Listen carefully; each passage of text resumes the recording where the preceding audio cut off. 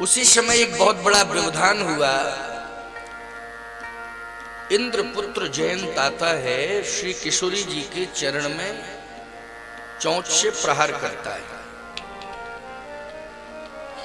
इसके चोंच नहीं थी, लेकिन इसने रूप बदला।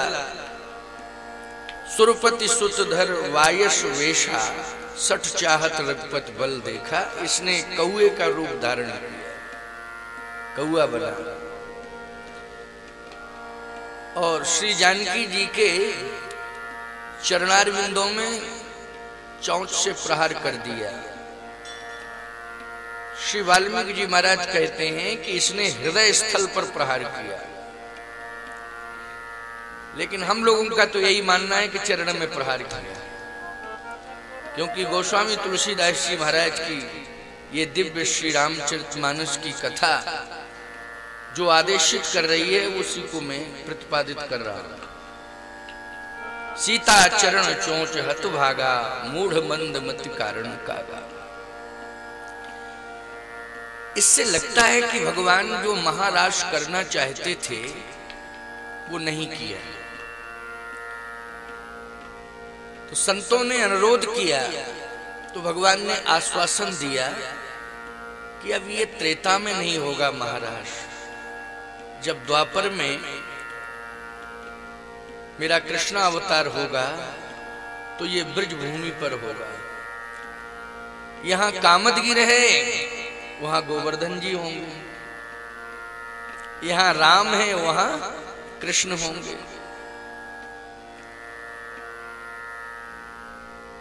लेकिन इस प्रसंग से प्रेरणा क्या मिल रही है? ये अरण्य कांड का प्रसंग है। यहां दो पक्षी हैं, एक तो महाभाग परम बड़भागी श्री जटायु जी महाराज, और ये अभागा पक्षी कौआ बन गया जो इंद्र का पुत्र जयंत, ये अभागा है। इस जयंत ने भगवान के बल की परीक्षा ली, प्रभाव देखना चाहता था, कितना बड़ा प्रभाव है।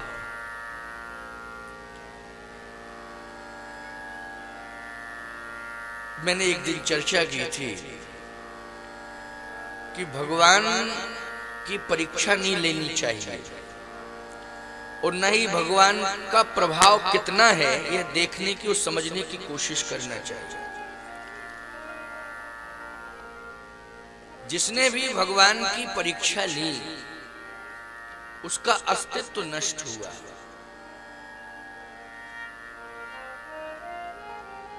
और जिसने भगवान की प्रतीक्षा की, भगवान ने उसे हमेशा हमेशा के लिए स्वीकार कर लिया। हम लोगों को प्रतीक्षा करनी चाहिए। जयंत परीक्षा लेने आया था और जटायु जी प्रतीक्षा कर रहे थे। मरत न मैं रघुवीर बिलोके, तापस वेश बनाए, सुमरत राम चरण चिन्ह रेखा। बोलो, प्रतीक्षा कर रहा था कि नहीं?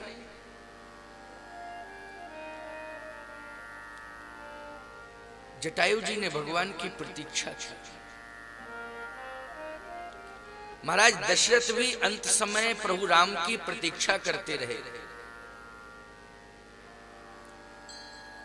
लेकिन महाराज श्री दशरथ को यह सौभाग्य नहीं मिला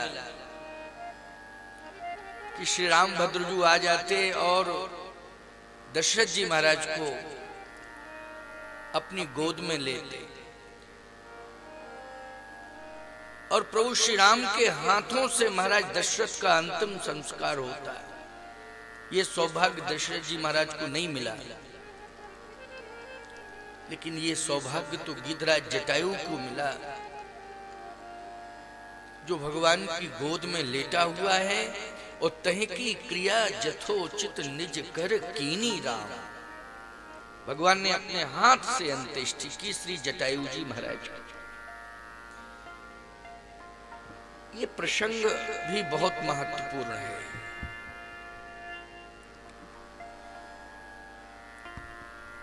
जयंत ने जब प्रहार किया श्री किशोरी जी के चरणारविंद में, तो श्री किशोरी जी ने कोई प्रतिक्रिया नहीं की। उन्होंने कोई प्रतिक्रिया नहीं की, लेकिन चला रुधिर रघुनायक जाना। भगवान ने देखा कि ये रुधिर धार निकल रही है। अरे क्या हुआ? तो दृष्टि गई, एक कौआ उड़ रहा है। भगवान समझ गए, अच्छा अच्छा इसी ने यह किया, यह कार्य इसी ने किया। इसका ये दुस्साहस तो सीख धनुष सायक संधाना। चला रुधिर रघुनायक जाना, सीख धनुष सायक संधाना। भगवान ने एक तृण का उठाया और वो तृण कुलिस बन गया। क्या बन गया? कुलिस बन गया। जैसे ही भगवान ने जयंत के पीछे वो बाण छोड़ा, तो ये घबरा के पिता के पास पहुंचा।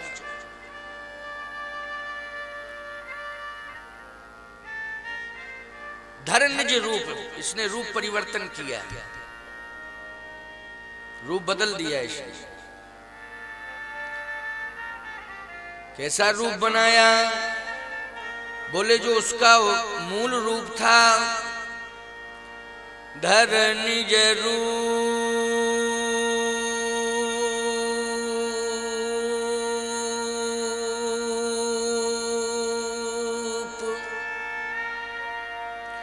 गए पितु पाही,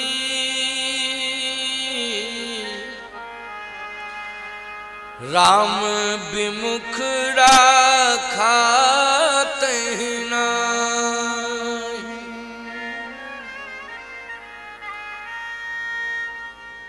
अपना मूल रूप बना करके जब पिता के यहां पहुंचा, धर निज रूप, बोला मुझे बचाओ बचाओ, मेरी रक्षा करो, मेरी रक्षा करो। इंद्र ने कहा अब तू घर में आ गया, तुझे कौन मार सकता है? किसकी हिम्मत है? घबराता क्यों? मारने वाला कौन है? जयंत ने कहा पीछे देखो। इंद्र ने जैसे ही देखा पीछे, तो बाण था। ये बाण साधारण नहीं है। कोई बाण छोड़ता है तो बाण रुकता नहीं है। क्यों भाई? बाण रुकता थोड़ी है, लेकिन ये बाण तो रुका हुआ है। ये क्षमता केवल भगवान के बाण में है कि जहां चाहेगा वहां रुक जाएगा, अपना काम भी करेगा और वापस भी आ जाएगा। ये क्षमता केवल प्रभु के बाण में है और किसी दूसरे के में नहीं है। इंद्र समझ गया ये तो प्रभु का बाण है।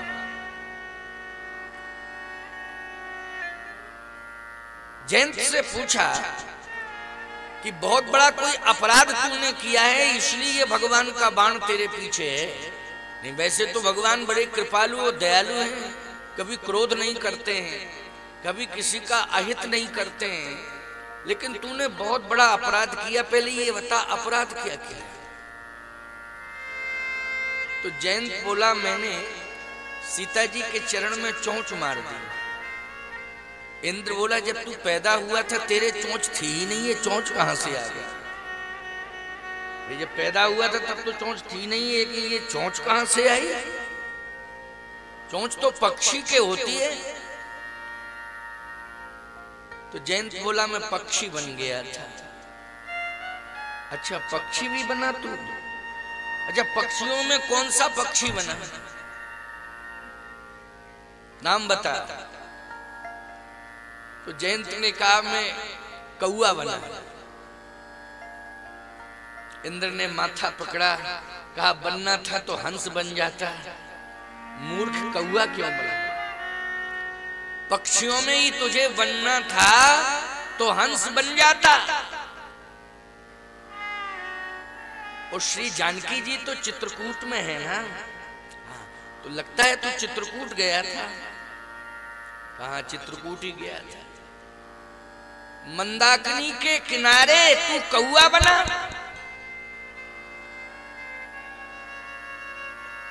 किशोरी जी के चरणों तक पहुंच गया। इंद्र ने कहा,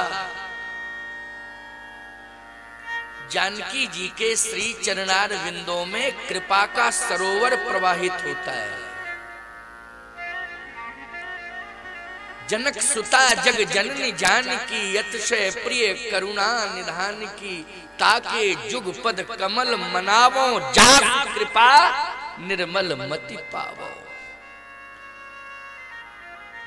इंद्र ने कहा, जानकी जी के श्री चरणार विंदों में तो कृपा का सरोवर प्रवाहित होता है। जासु कृपा निर्मल मति ताके जुग पद कमल मनावो, जासु कृपा निर्मल मति पावो।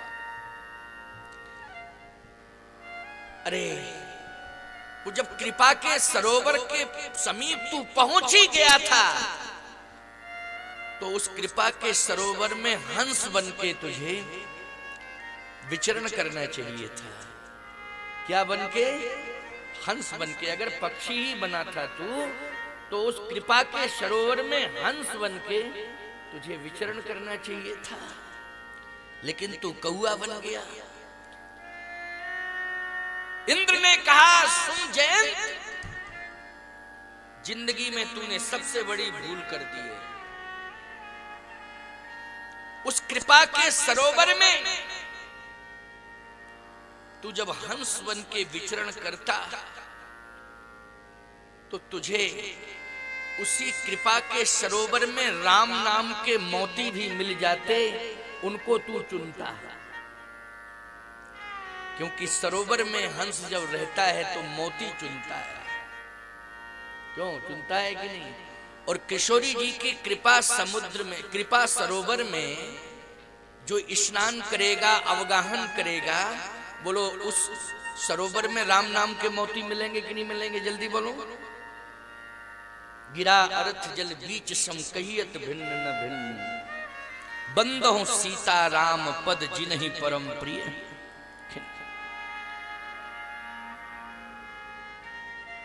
अगर यही बात, ये संस्कार इंद्र पहले दे देता जयंत को, तो ये नौबत नहीं आती।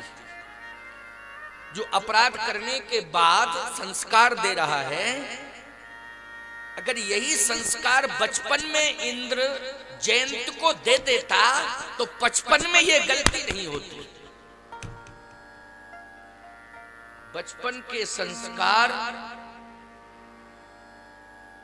55 तक काम आते हैं, मनी बुढ़ापे तक काम आते हैं। 55 का अर्थ है बुढ़ापा। 55 के बाद हम बुढ़ापे में ही तो प्रवेश करते हैं। लेकिन आज अपराध करके लौटा, तब इंद्र कह रहा है जयंत से कि बहुत बड़ी भूल हो गई, तुझे पक्षी ही बनना था तो कौआ नहीं, हंस बनना चाहिए था। क्या बनना चाहिए था? हंस। और श्री किशोरी जी के चरणार विंदों में जो कृपा रूपी सरोवर प्रवाहित हो रहा है, उसमें राम नाम के मोती थे। विहार करता, विचरण करता और राम नाम के मोतियों को चुनता। अगर तू राम नाम के मोती चुनता, तो इंद्र रोते हुए कहता है जयंत से कि तू चित्रकूट में हंस से परम हंस बन जाता, मेरे वंश का ही उद्धार हो जाता। बोलो, जितने भी संत हैं वो श्री किशोरी जी की कृपा रूपी सरोवर में हंस बनके राम नाम के मोती चुनते चुनते परम हंस बन गए कि नहीं बन गए? ये संत जो है हंस नहीं परम हंस हो गए। बस किशोरी जी की कृपा मिल गई और राम नाम राम राम राम राम निरंतर जपते रहे,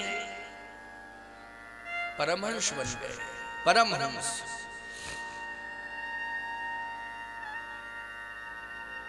परमहंस बन गए।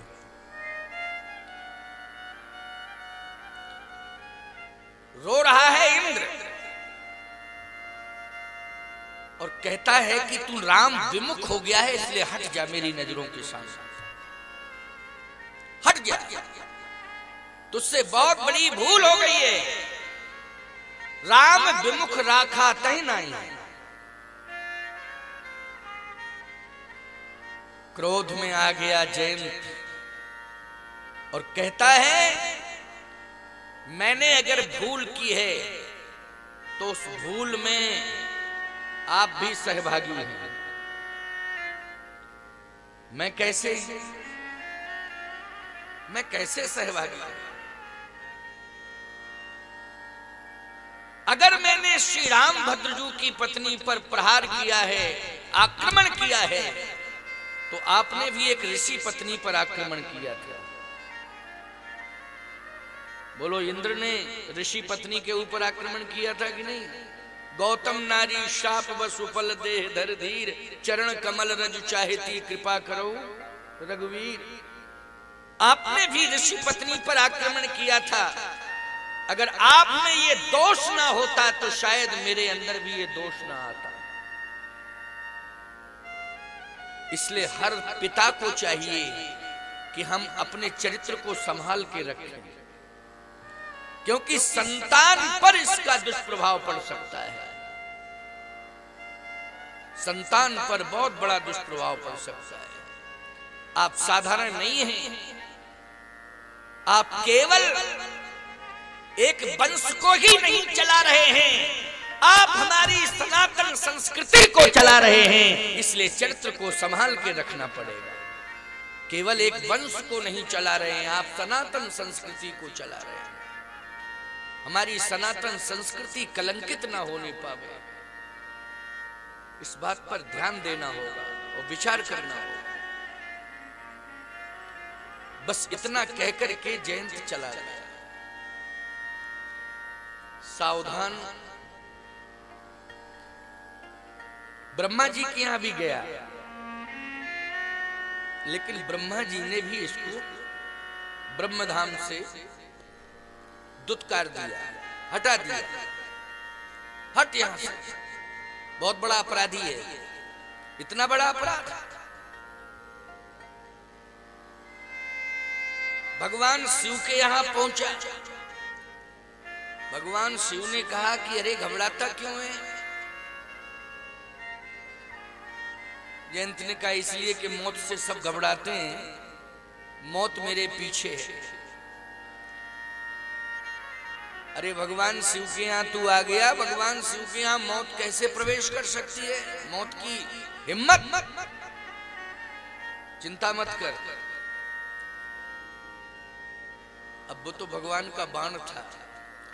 पार्वती जी ने कहा कि आप देखिए तो पीछे है क्या? जयंत बोला बाण है।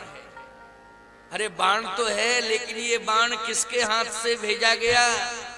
ये बाण श्री राम भद्रजू का है, ये साधारण बाण नहीं है। जब कोई बहुत बड़ा अपराध करता है तब भगवान का कोप भाजन बनता है, तब भगवान उसके पीछे अपना शस्त्र छोड़ते हैं। और ये तृण का तृण ते कुलस कुलस तृण करे, ये तृण कुलस बन गया। भगवान शिव ने कहा ये बहुत बड़ा अपराधी है, इसको तो मृत्यु दंड मिलना चाहिए। लाओ मेरा त्रिशूल, इसे मृत्यु दंड मिलना चाहिए।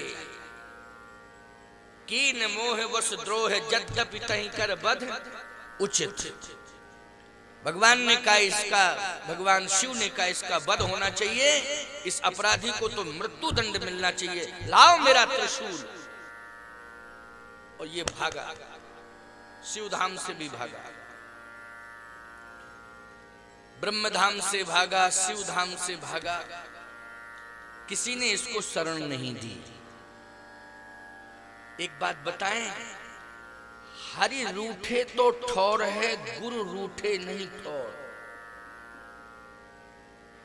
हरि रूठे तो ठौर है, लेकिन गुरु रूठे नहीं ठौर। भगवान रूठ जाए तो याद रखना उसे कोई बचा नहीं सकता है, लेकिन गुरु की अगर कृपा है और गुरु की शरण में पहुंच जाए अथवा उसे गुरु मिल जाए तो कहीं ना कहीं गुंजाइश निकल आती है और परमात्मा रूठा हुआ अपने कोप को वापस ले लेता है। क्यों भाई? ये गुरु की क्षमता है। यहां भगवान तो रूठ गया, हरि रूठ गया, लेकिन माता पिता ने भी संरक्षण नहीं दिया।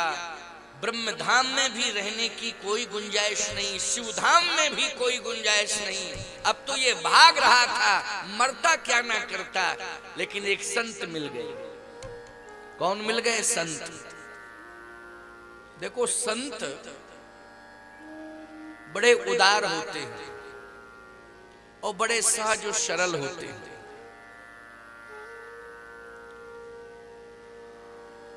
बंद हो संत समान, चित हित अनहित नहीं कोई। हित अनहित नहीं कोई। और संत कौन है? जो नारद जी महाराज हैं वो संत नहीं, परम संत हैं। बोलो हैं कि नहीं? संत नहीं, परम संत हैं। गोस्वामी जी कहते हैं जयंत ने नारद जी को नहीं देखा क्योंकि उसे मौत दिखाई दे रही थी, लेकिन नारद देखे बिकल जयंता, लागी दया कोमल चित संता। ये संत नहीं, संता का अर्थ है परम संत।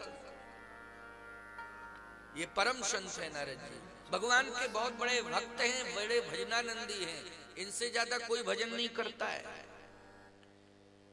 भगवान का कार्य भी करते हैं, भगवान का भजन भी करते हैं। संत नहीं, ये परम संत है।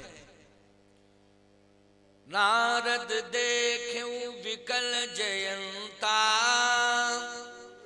लाग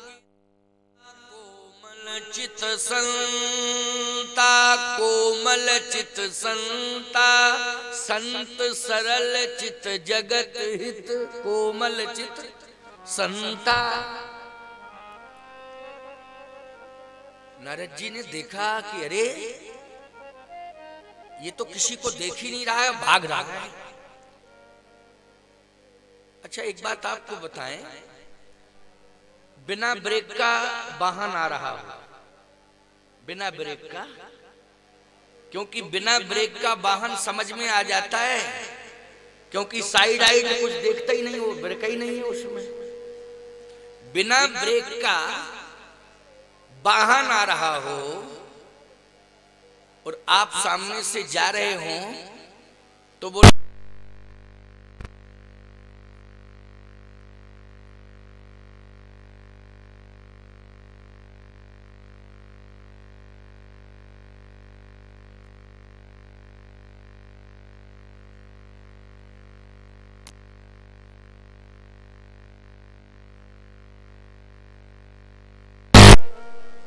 नष्ट है ही नहीं, बिना ब्रेक की गाड़ी है, चल रही है।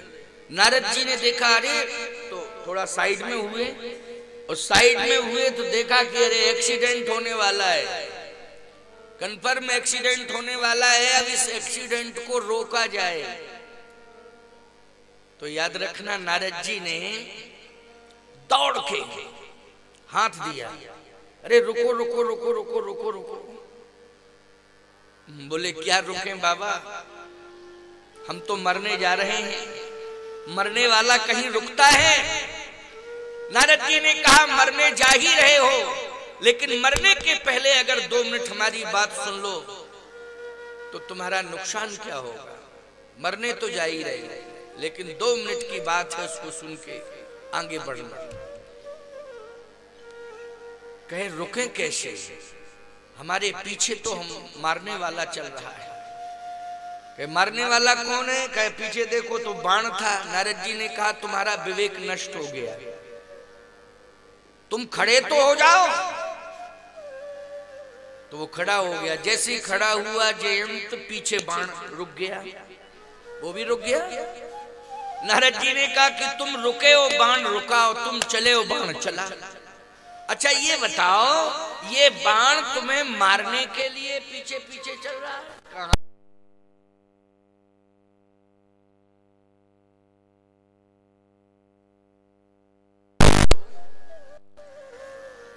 जयंत बोला सबसे पहले पिताजी के यहाँ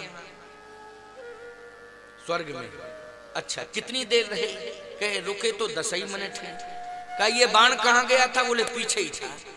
अरे पीछे तो था, लेकिन तुम और बाण दोनों कितनी दूरी?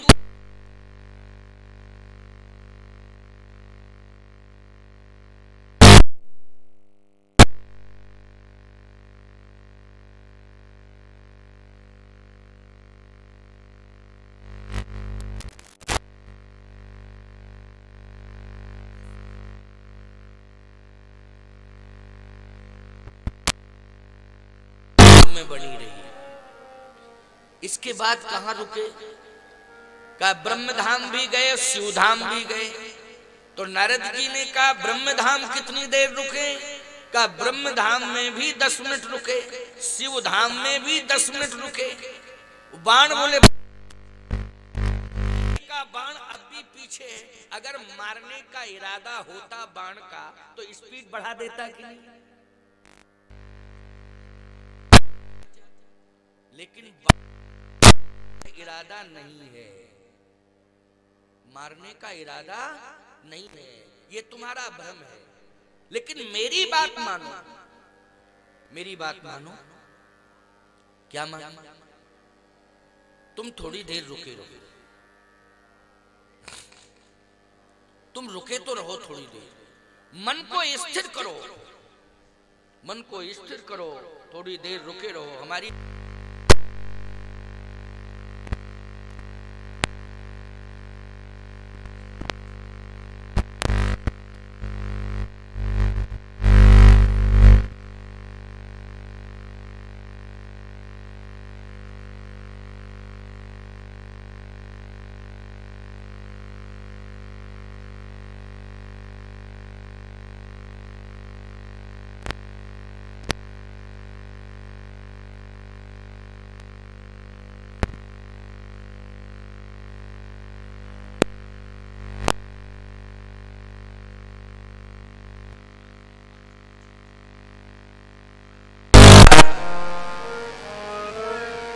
अपराध तो बड़ा हुआ है, हाँ हुआ तो बड़ा अपराध, लेकिन बाण इसी तरह से पीछे चलता रहेगा।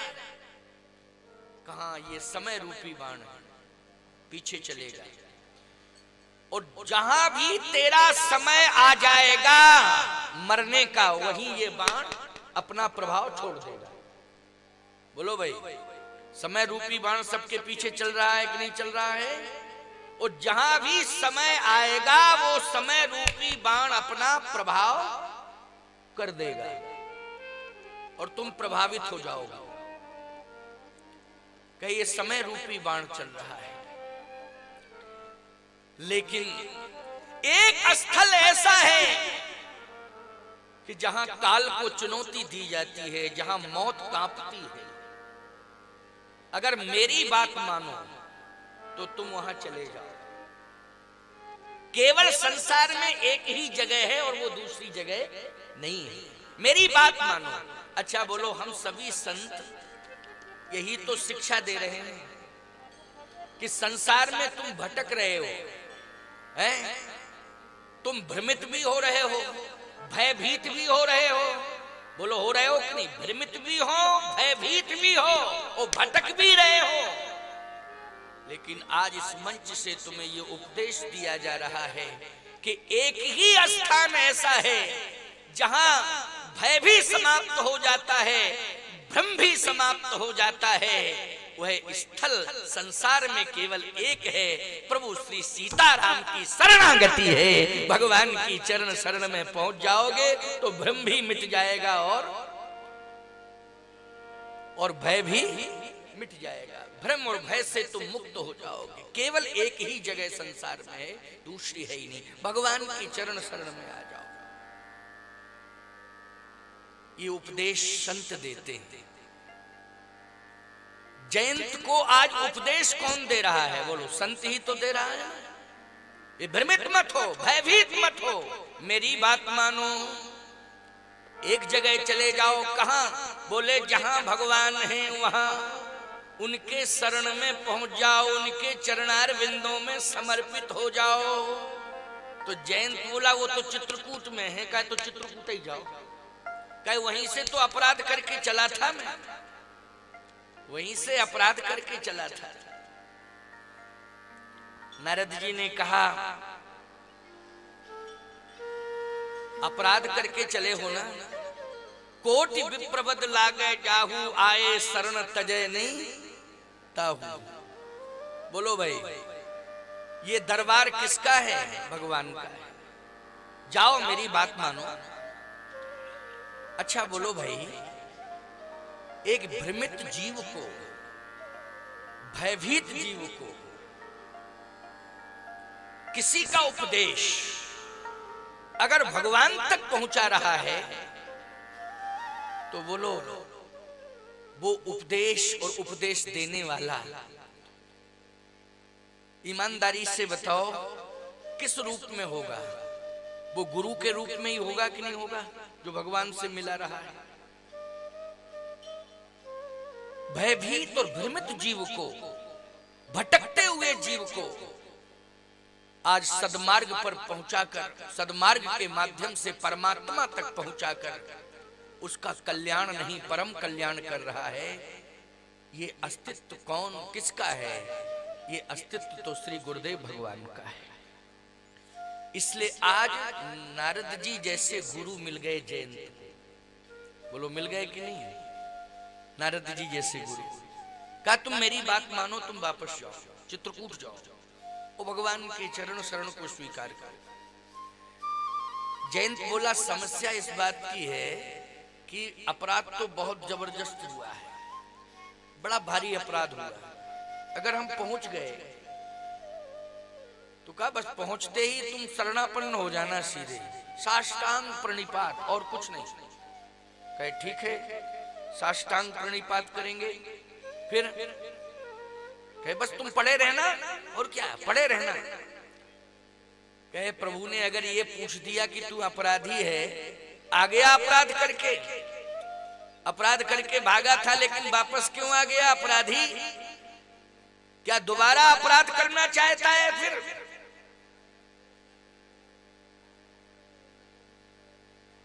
तो जयंत कहता है कि मैं निरुत्तर रहूंगा, मेरे पास उत्तर है ही नहीं, क्योंकि मैंने अपराध किया। नारद जी ने कहा नहीं, उत्तर है। क्या उत्तर है? बस तुम शरणापन्न हो जाना, और यदि प्रभु तुझसे पूछे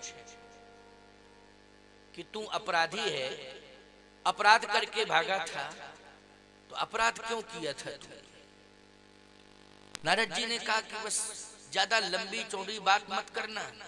महापुरुषों के सामने, देवताओं के सामने, भगवान के सामने थोड़ी सी बात करनी चाहिए, ज्यादा नहीं। मंदिर में जाओ दर्शन करने, बहुत ज्यादा बातचीत मत करो।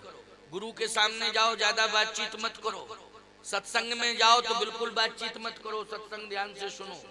समझ रहे हो कि नहीं? ये नियम है, ये नियमों का पालन करना चाहिए। का सीधे शरणापन्न हो जाना। यदि प्रभु पूछे तो बोलना। क्या प्रभु ये पूछेंगे कि तूने अपराध क्यों किया, तो बस कह देना प्रभु आपके प्रभाव को देखना चाहता था। तो जयंत बोला कि अगर प्रभु ने ये कहा कि देख लिया प्रभाव, अब वापस क्यों आ गया? तो नारद जी ने कहा कह देना आपके स्वभाव को सुन के आ गया हूं कि आप बड़े कृपालु हैं, दयालु हैं। आप जैसा कृपालु दयालु संसार में कोई है ही नहीं। जयंत बोला ये ज्ञान तो भगवान शिव ने भी नहीं दिया मुझे। ब्रह्मा जी के यहां भी गए, वहां भी नहीं मिला ये ज्ञान। पिता श्री ने भी ये ज्ञान नहीं दिया, ब्रह्मा जी ने भी ये ज्ञान नहीं दिया। भगवान शंकर ने भी ये ज्ञान नहीं दिया। तो याद रखना, ये ज्ञान अगर नारद जी के द्वारा जयंत को मिल रहा है तो इससे सत्य है कि गुरुर् ब्रह्मा गुरुर् विष्णु गुरुर्देवो महेश्वरा गुरुर् साक्षात परब्रह्म तस्मै श्री गुरुवे नमः। ये गुरु के द्वारा ही उपदेश मिल सकता है, ये ज्ञान प्राप्त हो सकता है गुरु के द्वारा, बिना गुरु वाणी के संभव ही नहीं है। जाओ, मैं जा रहा हूं, लेकिन गुरुदेव भगवान एक प्रार्थना आपसे कर रहा हूं। क्या? कि अगर आप कृपा करके मेरे साथ चलते तो बहुत अच्छा रहता है। नारद जी हंस पड़े, बोले गुरु का ज्ञान परमात्मा तक पहुंचाता है, गुरु स्वयं नहीं जाता है। क्यों भाई? उपदेश देता है। अच्छा, अगर गुरु यही करने लगे कि प्रत्येक शिष्य को हाथ पकड़ के भगवान तक पहुंचावे, तो लाखों की संख्या में शिष्य हैं, तो गुरु अप डाउन ही करता रहेगा। क्यों भाई? अप डाउन ही करता रहेगा गुरु की क्या दशा होगी, सोचो जरा। गुरु का मंत्र ले जाता है, मैंने ये मंत्र दे दिया है, ये ले जाएगा। और देखो, इस मंत्र के माध्यम से परमात्मा तुम्हें क्षमा भी कर देगा और स्वीकार भी कर लेगा। मंत्र में बड़ी ताकत है, बोलो है कि नहीं? स्वीकार भी करेगा वो परमात्मा और क्षमा भी करेगा। और मेरी आवश्यकता पड़ेगी तो मेरा स्मरण करना, मेरी यही विशेषता है कि जो स्मरण जहां करता है मैं वहां प्रकट हो जाता हूं। जयंत वापस गया, चित्रकूट पहुंचा। गोस्वामी जी कहते हैं जैसे पहुंचता है, पाहिमाम पाहिमाम पाहिमाम पाहिमाम कह करके शरणापन्न हो जाता है। अतुलित बल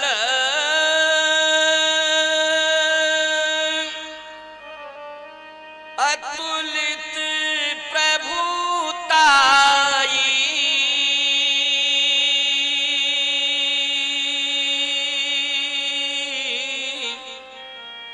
उम्मे मति मंद जान नहीं पाए, निज कृत करम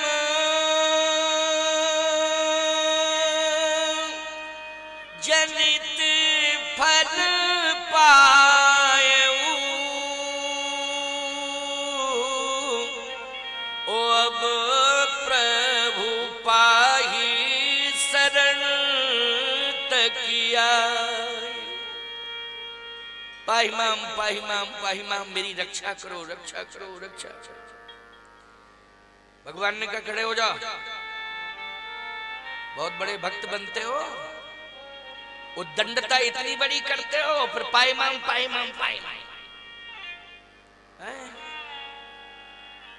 पाहिमाम पाहिमाम पाहिमाम। एक चेला हमारे पास आया, बोले आपकी सेवा करूंगा। विश्वास कर लिया मैंने, जोड़ी झंडा रुपया पैसा सब ले लिया।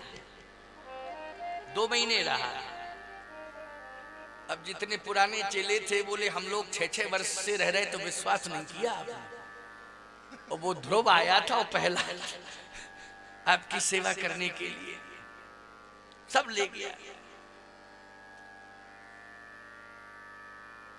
बस कुछ महीने बाद जब पैसा रुपया सब खत्म हो गया, फिर आ गया, क्षमा करो गुरुदेव, क्षमा करो, बहुत बड़ी भूल हो गई, बहुत बड़ी भूल हो गई।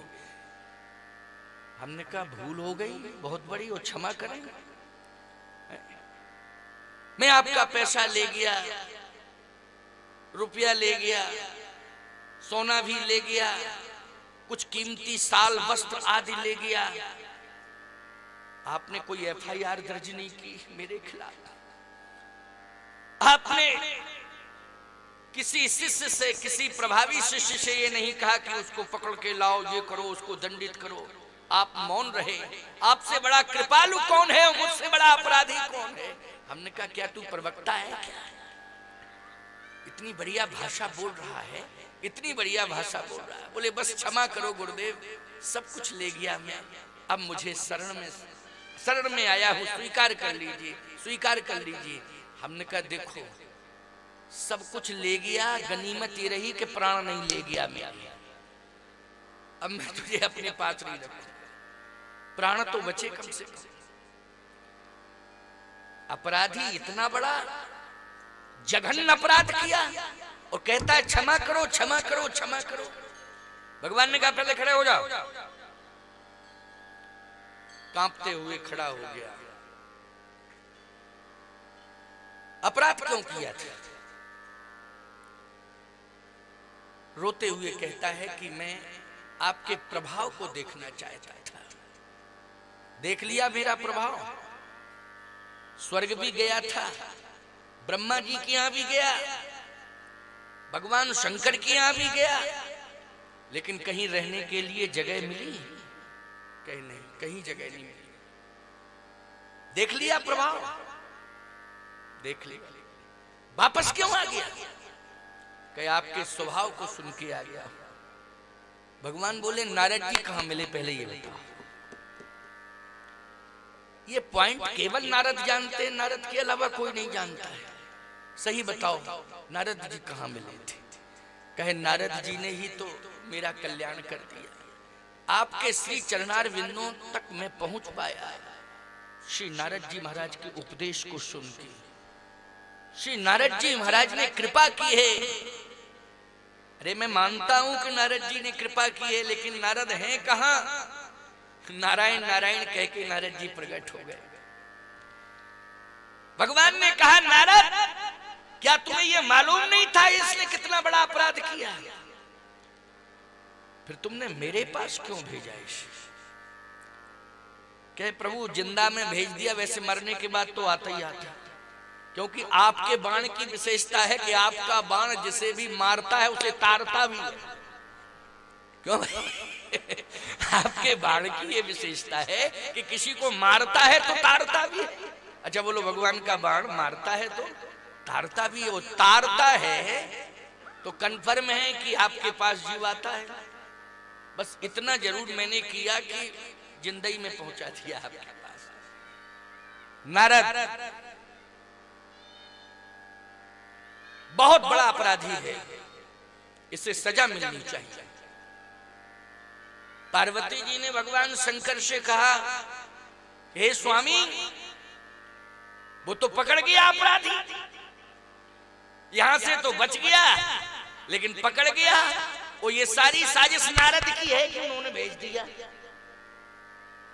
शंकर जी बोले वो तो मरता ही मरता, लेकिन बात यह है पार्वती कि मेरी अदालत से चला गया। मेरी अदालत का जो डिसीजन था वो मृत्यु दंड था। फिर कहे अब पहुंच गया है सुप्रीम कोर्ट में। हाई कोर्ट से फाइल चली गई सुप्रीम कोर्ट, तो क्या सुप्रीम कोर्ट में भी मृत्यु दंड ही सुनाया जाएगा? भगवान शंकर कहते हैं सुप्रीम कोर्ट में भी मृत्यु दंड की ही सजा होगी, लेकिन बगल में राष्ट्रपति महोदया बैठे। क्यों भाई?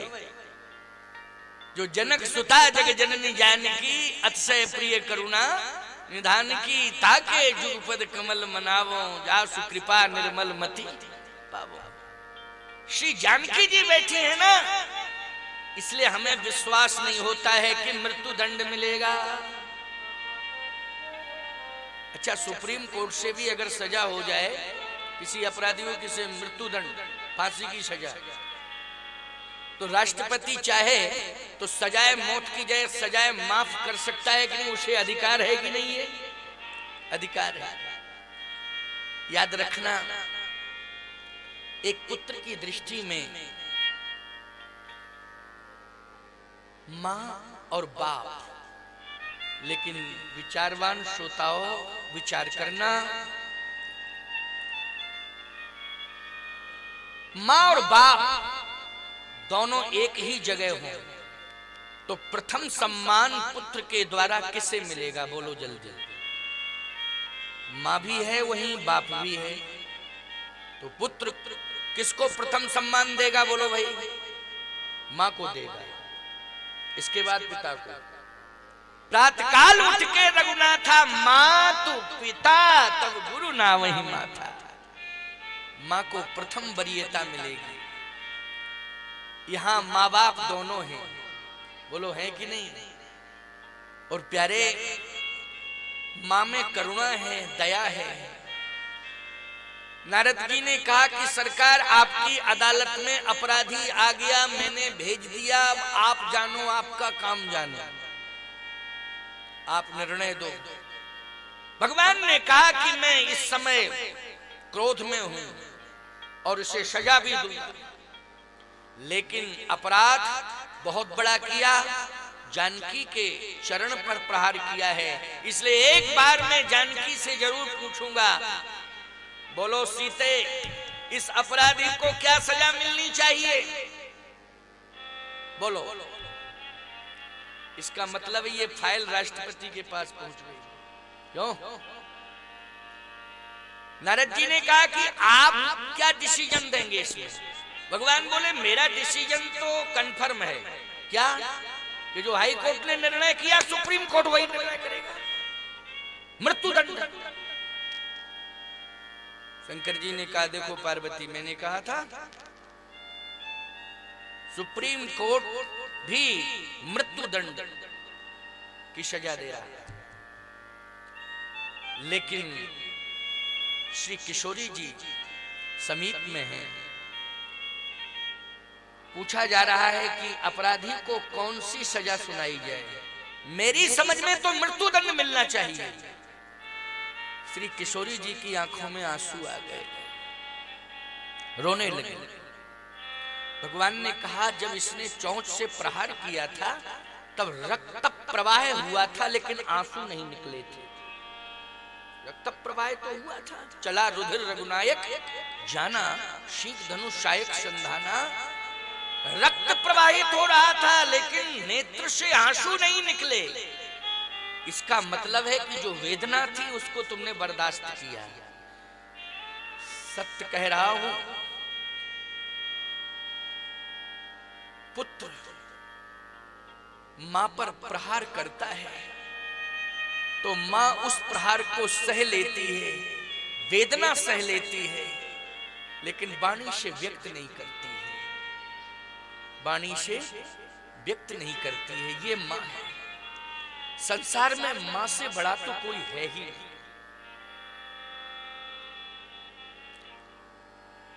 मां अनंत कष्टों का वर्ण करती है। प्यारे, जब तुम मां के उदर में थे, उस समय उसने अनंत स्वादों का परित्याग किया। वो लोग किया कि नहीं? विभिन्न प्रकार के व्यंजन उसके सामने आए, मन तो गया, लेकिन उदर में पलने वाले बेटा या बेटी शिशु की याद आ रही थी कि नहीं, ये व्यंजन स्वादिष्ट तो है, लेकिन मेरे बेटे को या मेरी बेटी को, मेरी संतान को कष्ट होगा, मेरी संतान को कष्ट होगा। स्वाद छोड़ा उसने। और जिस समय जन्म दिया, उस समय जिंदगी और मौत की लड़ाई लड़ी। प्यारे, असहनीय पीड़ा, इतनी वेदना कि उस समय जिंदगी और मौत की लड़ाई लड़ रही थी। मां संघर्ष कर रही थी। जैसे ही संतान को धरती पर देखा तो उठा के हृदय से लगाया। लगाया कि नहीं लगाया? सबसे पहले हृदय से किसने लगाया? मां ने लगाया। और प्यारे, हृदय से ही नहीं लगाया। अगर तुमने ठिठुरती ठंडी में बिस्तर गीला कर दिया है तो मां गीले बिस्तर पर लेट गई और तुम्हें उठा करके हृदय पर लिटा दिया, रात भर छाती पर सो।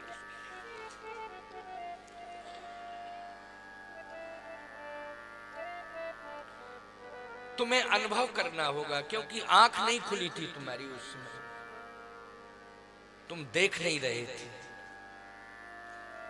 तुम्हारी आंख बंद थी, लेकिन अनुभव करना होगा इस बात का।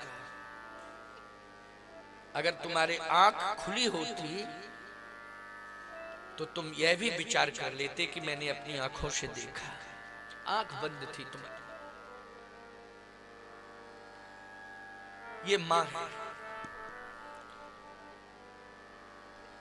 मां की वाणी से अगर कठोर शब्द निकलते हैं तो अन्यथा नहीं लेना चाहिए।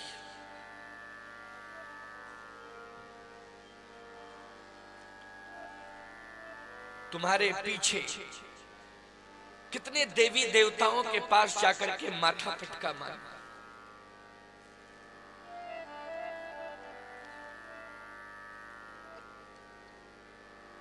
जिस मंदिर में जाती थी तुम्हारे लिए मंगल कामना उस देवता से मांगती थी।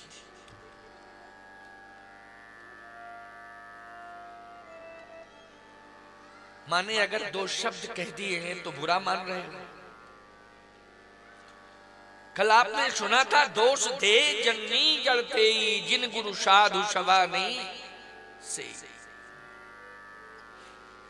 भरत जी से एक बात कही थी भगवान राम, भरत सारा संसार, चित्रकूट में कहा भगवान ने, सारा संसार भरत तुम्हारी मां को कीचड़ समझ रहा है, लेकिन उन संसार वालों से ये कहो कि भरत क्या है तुम्हारी दृष्टि में, तो भरत तो कमल की तरह पवित्र है। क्या है? कमल की तरह पवित्र है। भरत का यश कमल की तरह खिला हुआ है। भगवान ने कहा, सोचा कभी भरत तुमने?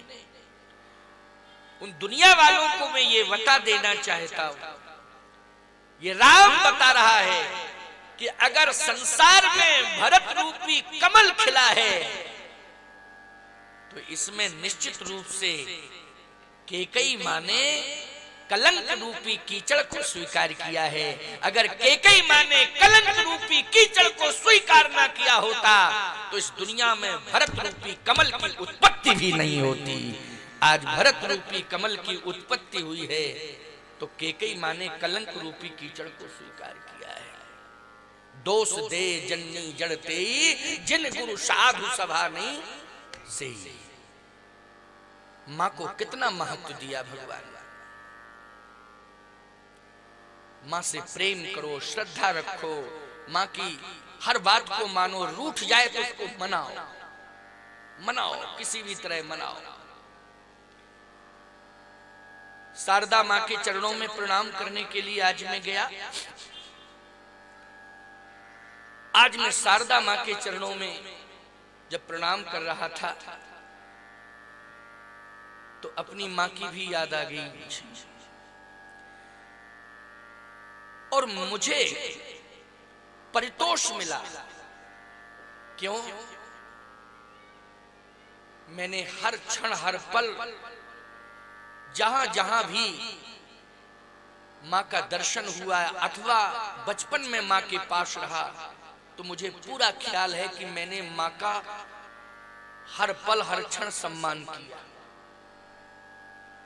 मुझे पूरा याद है। और आज भी मेरी मां जर्जर अवस्था में है, बिल्कुल प्यारे, वो मेरे पास नहीं आती है। लेकिन जब भी मैं जन्मभूमि भी नहीं जाता हूं, मैं जन्मभूमि नहीं जाता हूं। इस साधु भेष में जब से मेरा जन्म हुआ, एक बार जन्मभूमि गया, साधु भेष में आया, 2 बार जन्मभूमि गया, बस तीसरी चौथी बार का कोई प्रमाण नहीं। मैं नहीं गया हुआ। मेरा आश्रम जन्मभूमि से मात्र 8 किलोमीटर दूर पुराना नरसिंह धाम 8 किलोमीटर की दूरी पर है। जन्मभूमि से 3 किलोमीटर दूरी पर आज से 5 साल पहले एक यज्ञ हुआ था जिसमें मेरी कथा हुई थी। मैं जन्मभूमि नहीं गया। आपको क्यों नहीं जाते? अब ये मत पूछो क्यों नहीं जाते, बात कुछ नहीं है, नहीं जाता हूं, बात ये है लेकिन प्यारे, मां को मैं प्रतिदिन याद करता हूं। वो मुझे याद करती है कि नहीं करती है, ये मैं पूछता नहीं हूं किसी से, करती है कि नहीं करती है याद। लेकिन मैं प्रतिदिन मां को याद करता हूं कि वो स्वस्थ है कि नहीं है, किसी के माध्यम से जानकारी लेता हूं।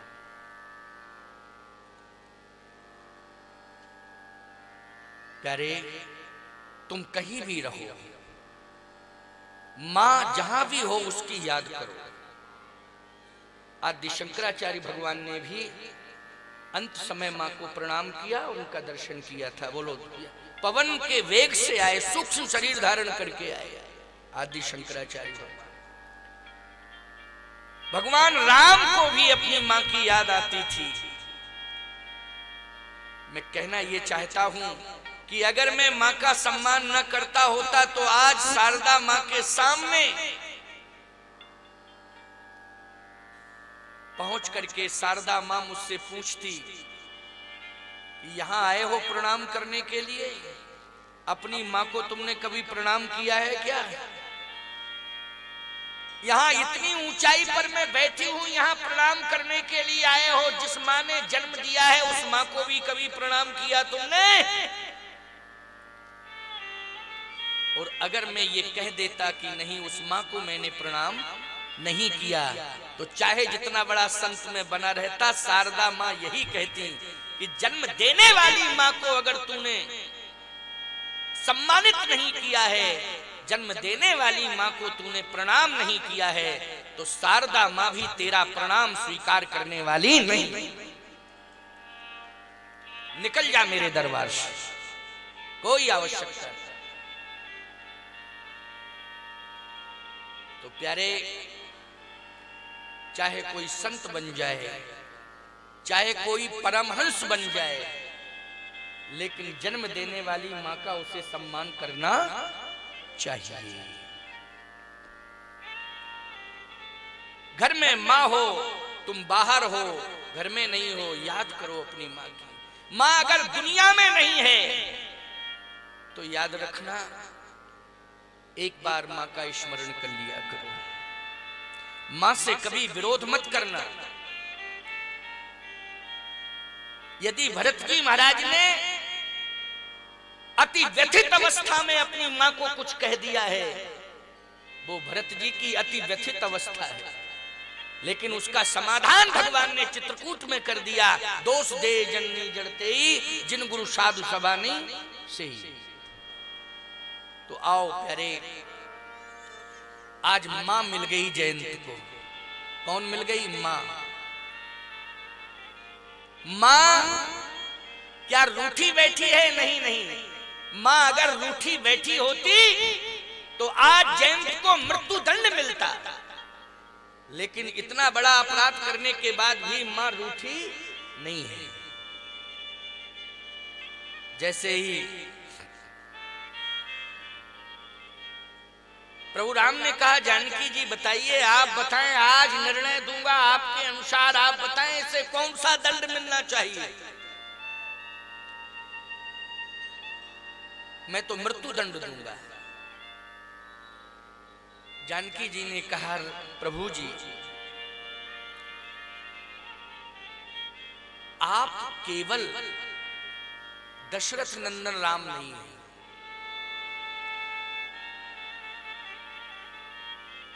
आप जगत पिता है। मैं केवल जनक नंदनी ही नहीं हूं, आप केवल दशरथ नंदन नहीं है, मैं केवल जनक नंदनी नहीं हूं।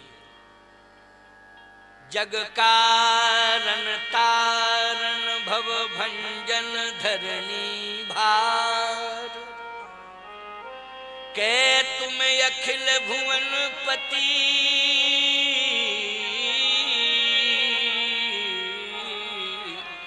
लीन मनुज अवतार। आप अखिल भुवन पति हैं, जगत पिता हैं। आप अगर जगत पिता हैं तो मैं जग जननी जानकी, मैं जगत की माता हूं।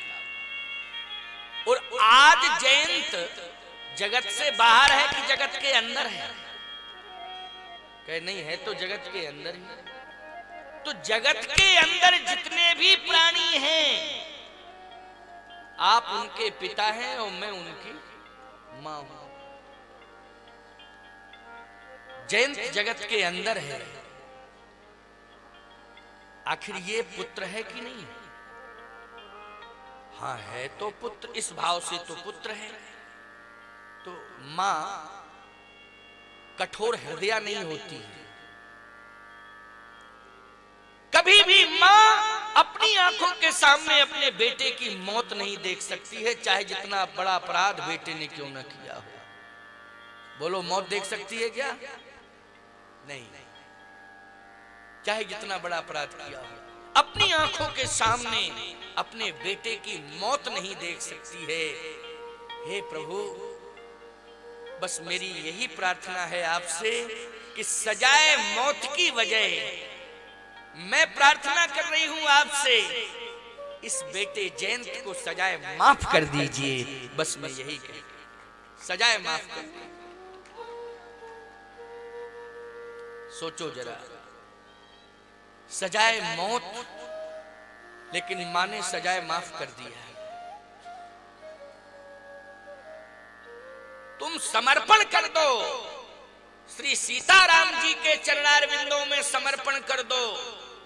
बस इतना जरूर ध्यान रखना कि अपराध तुमने कितने ही क्यों ना किए हो, बस उनकी पुनरावृत्ति नहीं करना, दोहराना नहीं। इस बात का ध्यान रखना, ये नहीं कि दोहराओ।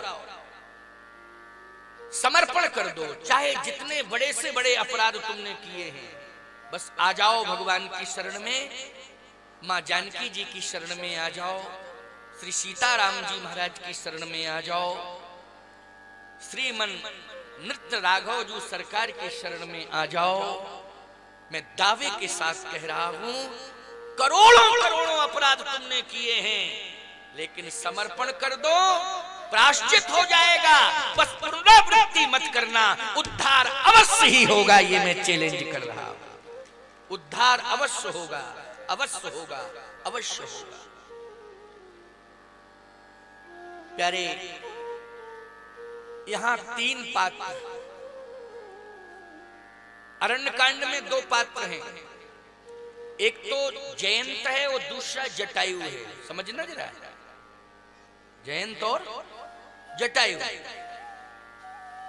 और इधर आप देखें अयोध्या कांड में महाराज दशरथ हैं राजा की भूमिका में, ये 2 पक्षी की भूमिका में हैं।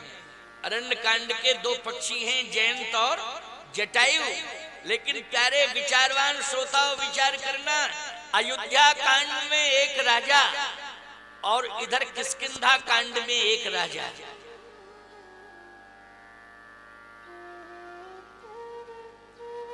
दशरथ जी महाराज महाभाग हैं, महाभाग हैं महाराज श्री दशरथ। लेकिन ऐसे महाभाग महाराज श्री दशरथ को 3 काल त्रिभुवन जगमाही भूरि भाग दशरथ समनाही, उनको हरिधाम नहीं मिला, उनको सुरधाम मिला। लेकिन बहुत बड़ा अपराधी है बाली, राम बाली निज धाम पठावा। बताइए भाई, क्यों बाली को ऐसा कौन सा कर्म बाली के द्वारा अच्छा हुआ कि सारे अपराध क्षमा कर दिए गए और सीधा उसे बैकुंठ भेज दिया, हरिधाम। बोलो भाई, विचारणीय बिंदु है कि नहीं? ये विचारणीय प्रसंग है। अब सुनते जाओ, मैं क्रम से ही चल रहा हूं, इधर उधर नहीं जा रहा हूं। अरण्य कांड किष्किंधा कांड तक पहुंचूंगा आज। किष्किंधा कांड में आज की कथा का विश्राम होगा। अभी कौन सा कांड चल रहा है? अरण्य कांड चल रहा है। लेकिन महाराज दशरथ जी को मैं इसलिए ले रहा हूं कि बार बार दशरथ जी महाराज ये चाहते थे कि अंत समय राम आ जाए, अंत समय राम आ जाए। लेकिन राम जी नहीं मिले। मिले क्या? मैं एक बात कहता हूं, अगर दशरथ जी महाराज से एक अपराध बन गया था कि श्रवण का वध धोखे से हो गया था, क्यों भाई? श्रवण का वध धोखे से हो गया था, तो वो तो धोखे से हुआ था, जानबूझ करके उन्होंने अपराध थोड़ी किया, अनजाने में ये भूल हो गई थी। अगर अनजाने में ये भूल हो गई थी तो इतना बड़ा पनिशमेंट मिल गया महाराज दशरथ को कि वैकुंठ से वंचित हो गए और वो सीधे देवताओं के यहां पहुंच गए, सुरधाम स्वर्ग में रहे। लेकिन प्यारे, कौन सा ऐसा पुण्य हुआ, पुण्य का अभ्युदय हुआ कि इतना बड़ा अपराधी बाली सीधा चला गया वैकुंठ। राम बाली निज धाम पठावा। अब ये प्रसंग बहुत महत्वपूर्ण है। इधर जयंत को सजाए मौत की जगह सजाए माफ, बस एक नयन कर तजेऊ भवानी।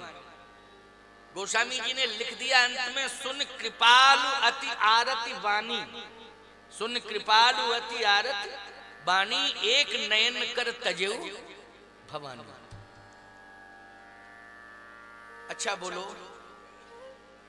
ये सौभाग्य दुर्भाग्य से जो सौभाग्य मिला, ये दुर्भाग्य सौभाग्य में परिणित हुआ, इसके मूल में नारद जी की भूमिका है कि नहीं? किसकी भूमिका है? नारद जी की भूमिका है। और नारद जी के द्वारा आज सारा का सारा दुर्भाग्य सौभाग्य में बदल गया। जयंत का गुरु की शरण में पहुंच जाओ, तुम्हारा जितना भी दुर्भाग्य होगा वो किस में बदल जाएगा? सौभाग्य में बदल जाएगा। और श्री सीताराम जी की प्राप्ति होगी प्यारे। आज सौभाग्य मिल गया।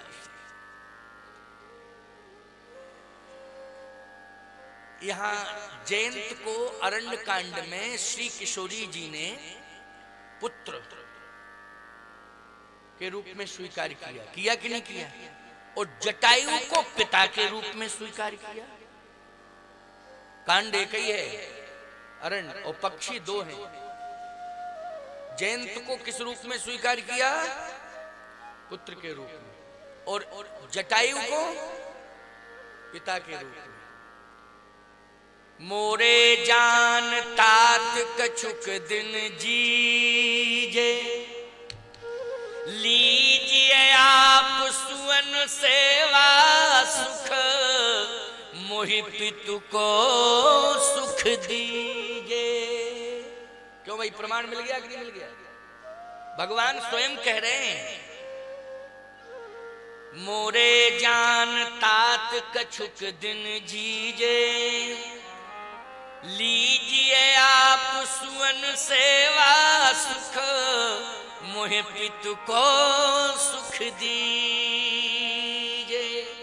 मैं बेटा बनना चाहता हूं आपका, पुत्र के रूप में राम को स्वीकार करो। अच्छा, गीधराज जटायु ने भी सीता जी को संबोधित किया था, तो क्या कह के संबोधित किया था बोलो? पुत्री कह गए, सीते पुत्री करसी जन त्रासा, ओ करी हूं जातु धान करना सा। हे पुत्री, तू चिंता मत कर, अभी तेरा बाप जिंदा है। जब तक बाप जिंदा है बेटी को दुखी नहीं देख सकता है। यदि बेटी संकट में फंसी हुई है, भले ही बाप बूढ़ा क्यों ना हो गया, लेकिन बेटी को संकट से दूर करेगा, संकट से उबारेगा। बेटी तू चिंता मत कर, सीते पुत्री करस जन त्रासा, करी हूं जात धान करनाशा। चिंता मत कर बेटी, अभी मैं जिंदा बैठा। अच्छा बोलो भाई, जनकपुर से सीता हरण पर कोई प्रतिक्रिया हुई? जनकपुर से कोई प्रतिक्रिया आई सीता हरण पर? मैंने वाल्मीकि रामायण को भी पढ़ा, मैंने संतों से भी परामर्श लिया,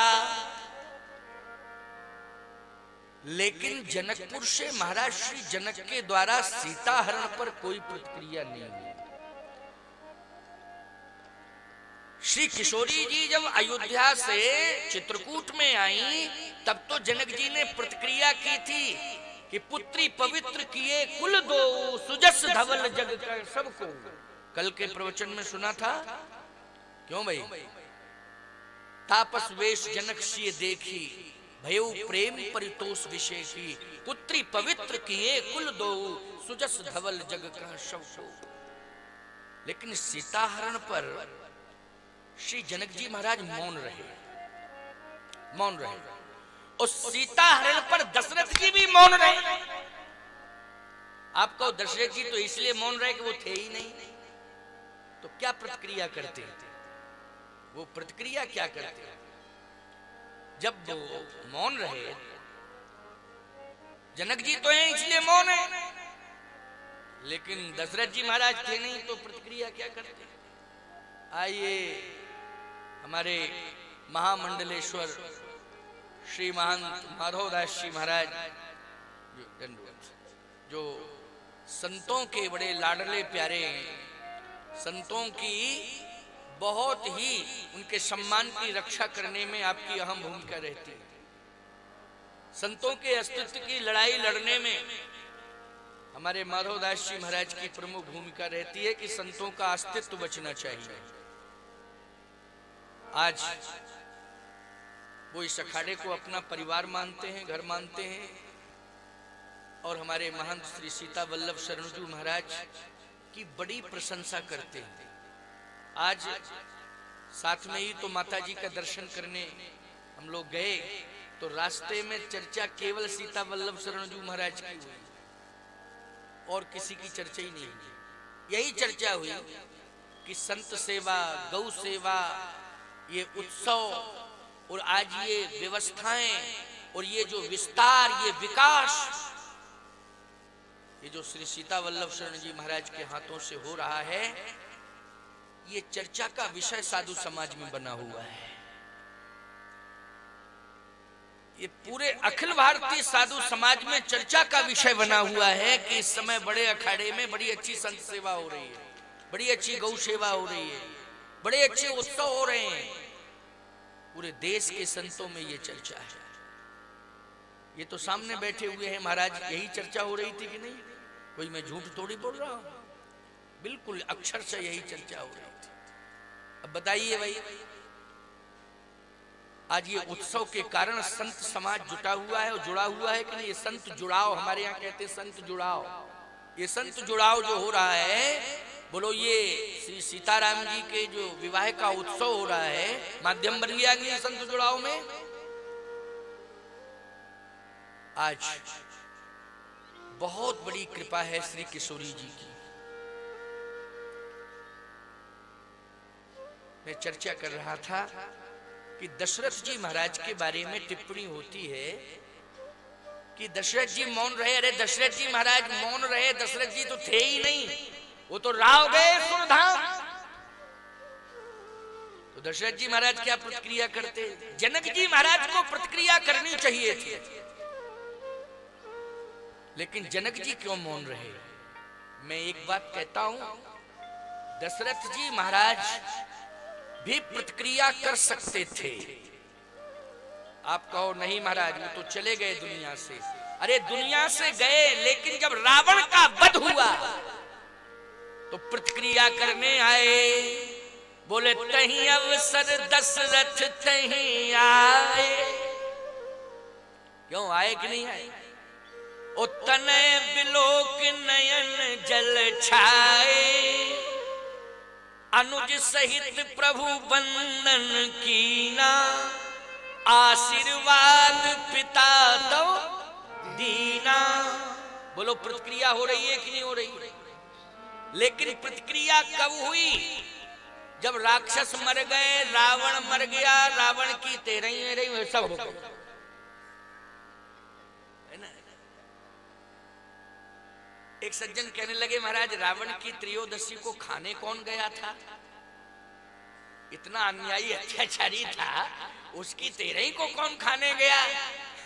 मैंने कहा उसकी तेरही को खाने के लिए काक कंक ले भुजा उड़ाही एक ते एक चीन ले। ये सब जो है खाने गए क्यों भाई भंडारे गए कि नहीं गए त्रयोदशी में? क्यों ये रामायण की चौपाई है कि अपने मन से बोल रहा हूं? जल्दी बोलो। एक ते एक छीन ले खाई। आज के प्रसंग में कौआ पहले ही शुरुआत में आया, वो कौआ पीछा नहीं छोड़ रहा। सावधान। दशरथ जी महाराज भी मौन हैं, स्वर्ग में बैठे हैं लेकिन मौन है। महाराज श्री जनक भी मौन है, पूरे देवता मौन है। इस घटनाक्रम में सीता के विलाप सुन भारी भयउ चराचर जीव दुखारी। चराचर के जीव दुखी तो हैं लेकिन मौन है, प्रतिक्रिया नहीं कर रहे हैं। दुखी हैं सब, मौन है। रावण का भय है। लेकिन मैं एक बात कहता हूं, सीता हरण कांड में जनक जी को तो भयभीत नहीं होना चाहिए रावण से। बोलो भाई। महाराज श्री जनक तत्काल अगर कोई प्रतिक्रिया नहीं कर सकते थे अथवा नहीं आ सकते थे तो 14 महीने तक श्री किशोरी जी लंका में रही। तो 14 महीने के अंदर कोई प्रतिक्रिया होनी चाहिए थी। बोलो होनी चाहिए थी कि नहीं? सावधान, बस सुनते जाओ। विपत्ति में श्री किशोरी जी को जनक जी की याद नहीं आई, जटायु जी की याद आई। किसकी याद आई? जटायु जी की याद आई। जटायु जी की याद आई। श्री सूरदास जी महाराज ने एक संकेत किया है, सूरदास जी ने एक संकेत किया है कि हनुमान जी जब पहुंचे श्री जानकी जी के समक्ष अशोक वाटिका में, तो उस समय सूरदास जी का भाव है। तुलसीदास जी ने तो नहीं लिखा लेकिन सूरदास जी ने लिखा कि जब हनुमान जी परिचय दे रहे थे तो जानकी जी ने कहा परिचय मत दो। रामदूत में मातु जानकी सत्य शपथ करुणा निधान। सूरदास जी कहते हैं कि जानकी जी ने कहा तुम रामदूत हो, राम भक्त हो, ये मैं मान रही हूं, कसम असम खाने की जरूरत नहीं है। राम भक्त को कसम नहीं खानी चाहिए, राम भक्त तो सत्य ही बोलता है। लेकिन ये बताओ तुम आए कहां से हो? देखो, ना तो अवधपुर के बारे में पूछा, ना जनकपुर के बारे में पूछा, और ना प्रभु राम के बारे में पूछा, और ना ही लक्ष्मण के बारे में पूछा। सूरदास जी कहते हैं सबसे पहले श्री जानकी जी ने अगर पूछा है तो हनुमान जी से जटायु जी के बारे में पूछा। ये देखो भाई, अगर श्री तुलसीदास जी महाराज के मानस या उनके साहित्य का सम्मान हम लोग करते हैं तो सूरदास जी महाराज के साहित्य का भी सम्मान करते हैं, हृदय से उसे भी स्वीकार करते हैं। कबीरदास जी के साहित्य का भी हम सम्मान करते हैं, उसे भी स्वीकार करते हैं। आंखों में आंसू आ गए श्री किशोरी जी के। कहा एक बात बताओ, रामादल से आए हो ना? हाँ। रामदूत हो? हाँ। केवल सूचना ही देते हो कि और भी कोई सेवा? का नहीं, प्रभु की सेवा करता हूं, जब आदेश मिलता है, जैसा मिलता है उसका पालन करता हूं। रामादल से आए हो तो इतने महीने हमको रहते रहते हो गया, लेकिन मैं दुखी हूं। दुखी आप क्यों हैं? कहा मुझे अभी तक ये समाचार नहीं मिला। कौन सा समाचार? जानकी जी कह रही हैं, कहो कपि कहीं भांति जटायु। हे कपिराज, ये बताओ जटायु जी कहां हैं और कैसे हैं, उनकी क्या स्थिति है? जब से मैं आई तब से उनके बारे में आज तक मुझे कोई समाचार नहीं मिला। बोलो भाई। जानकी जी ने सूरदास जी के मत से श्री हनुमान जी से पूछा तो रोते हुए किसके बारे में पूछा? जटायु जी के बारे में पूछा, क्योंकि जटायु जी पिता की भूमिका में।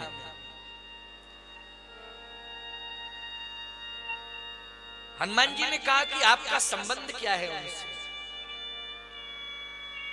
श्री दशरथ जी के बारे में हम जानते हैं, जनक जी के बारे में हम जानते हैं, प्रभु राम के बारे में हम जानते हैं, लक्ष्मण जी के बारे में हम जानते हैं कि क्या संबंध है। लेकिन जटायु जी के बारे में क्या संबंध है आपके? उनसे आपका क्या परिचय और क्या संबंध है, ये मैं नहीं समझ पा रहा। जानकी जी ने कहा वो मेरे पिता है। क्या है? पिता है। पिता है? हाँ। कहा विपत्ति काल में पुत्री कहकर के मुझे संबोधित किया। हे कपिराज, विपत्ति काल में श्री जटायु जी महाराज ने पुत्री कहकर के मुझे संबोधित किया। सीते पुत्री